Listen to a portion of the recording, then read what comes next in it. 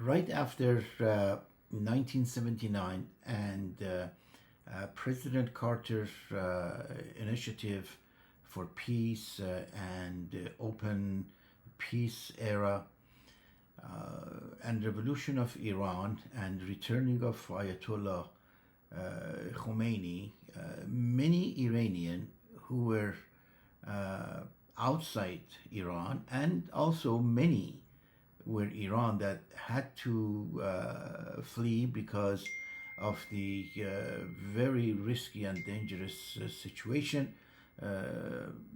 Not need to remind everybody that many militaries commander were killed, many officials, even they didn't spare the Minister of Education, who was a Baha'i lady, Farrukhru Parsa.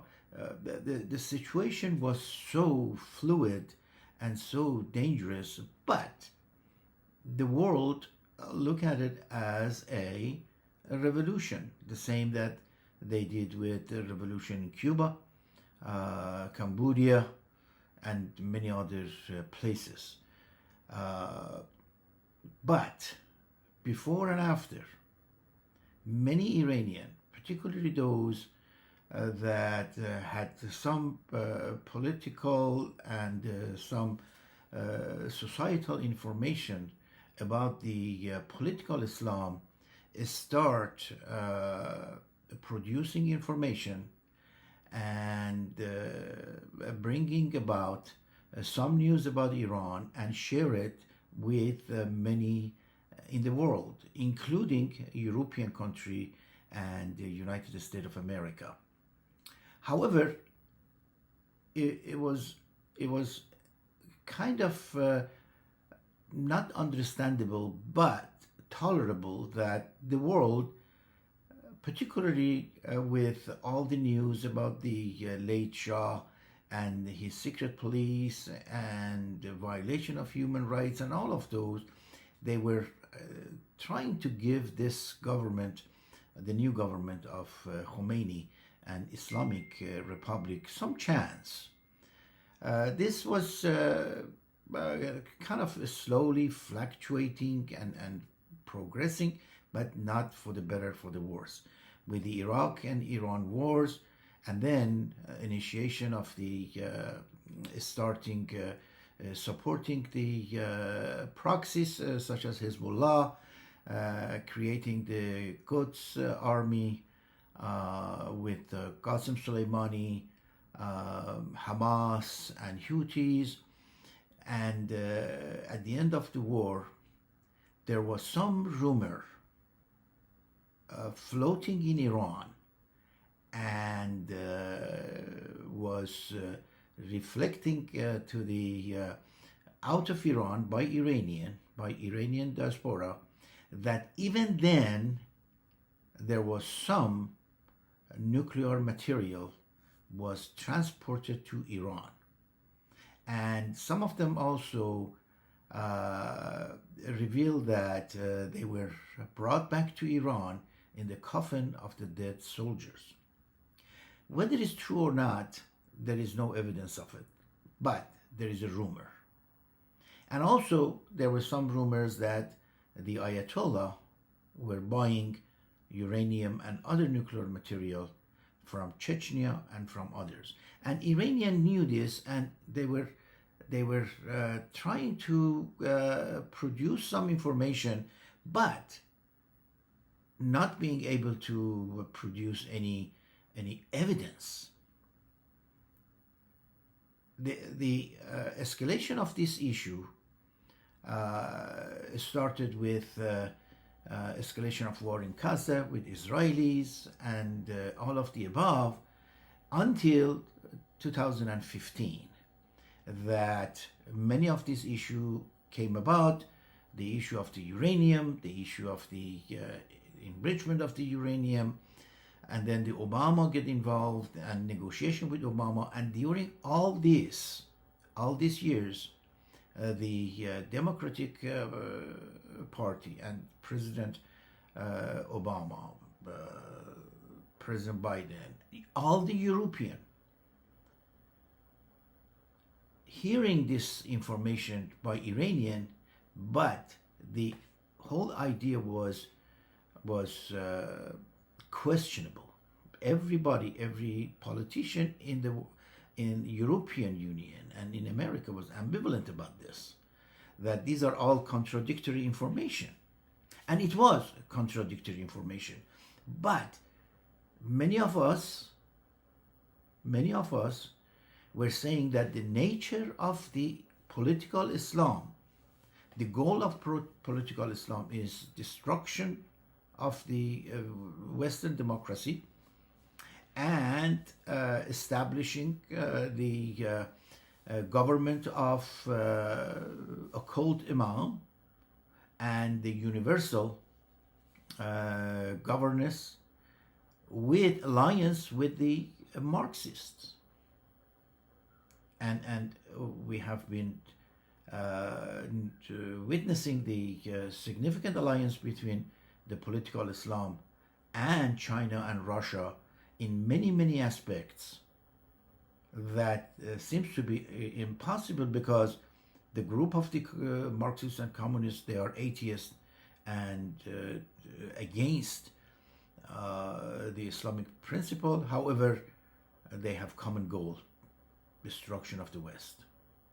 In any rate, having said all of those, this ambivalent behavior by progressive, by more liberal, and overall by politicians and their appeasement policies and a policy of tolerance, despite all the warning by many Iranian, they assume that Iranian are making all this because they are out of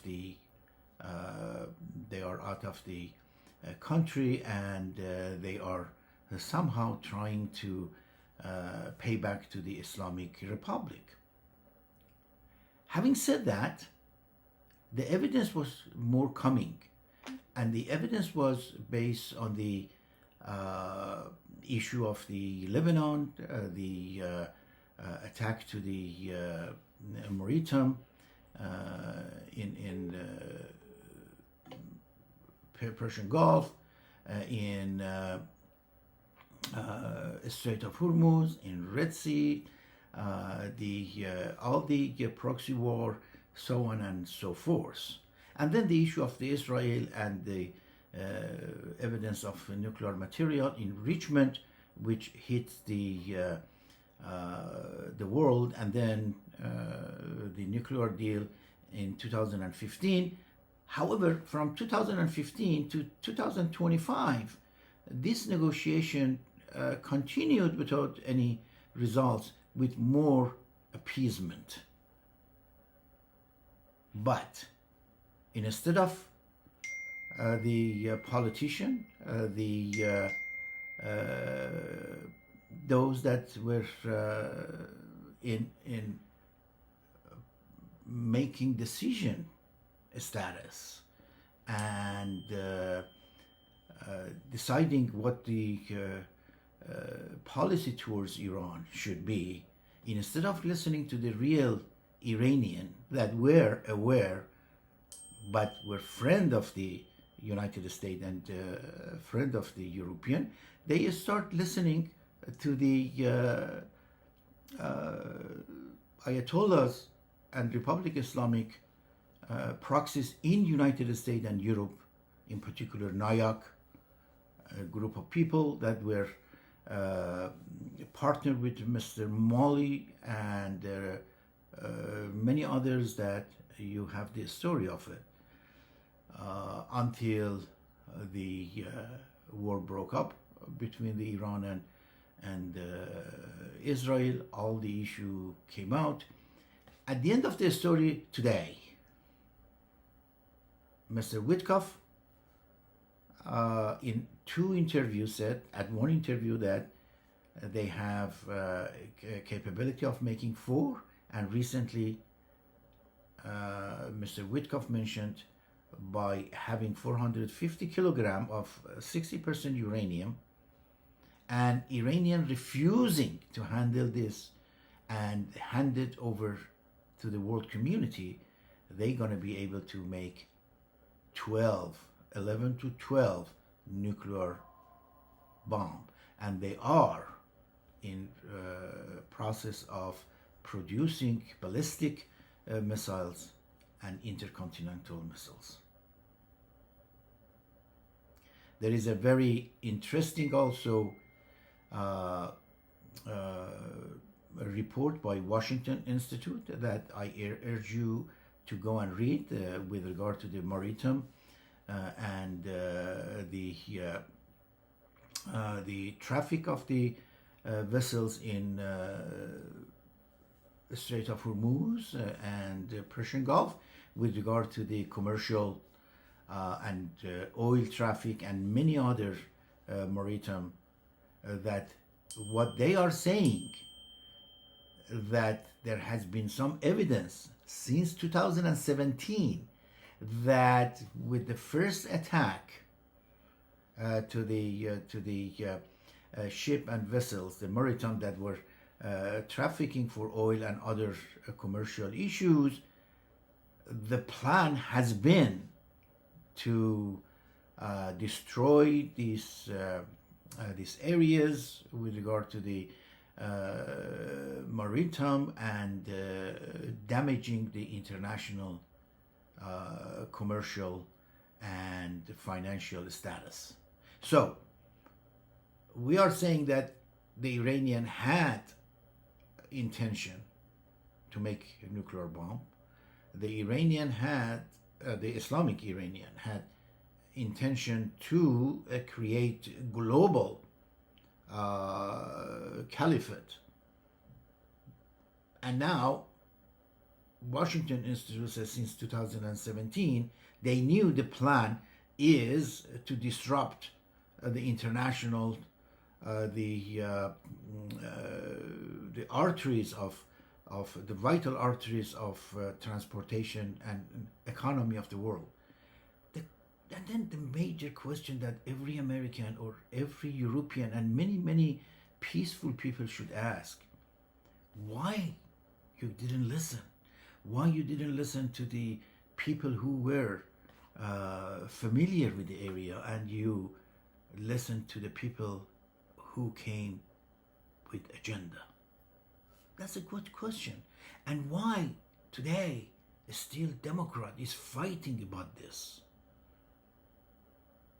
A question is, why are you fighting when Mr. Trump want to finish this all together and once for all? Let's have a reasonable, sensible, and mature debate about this.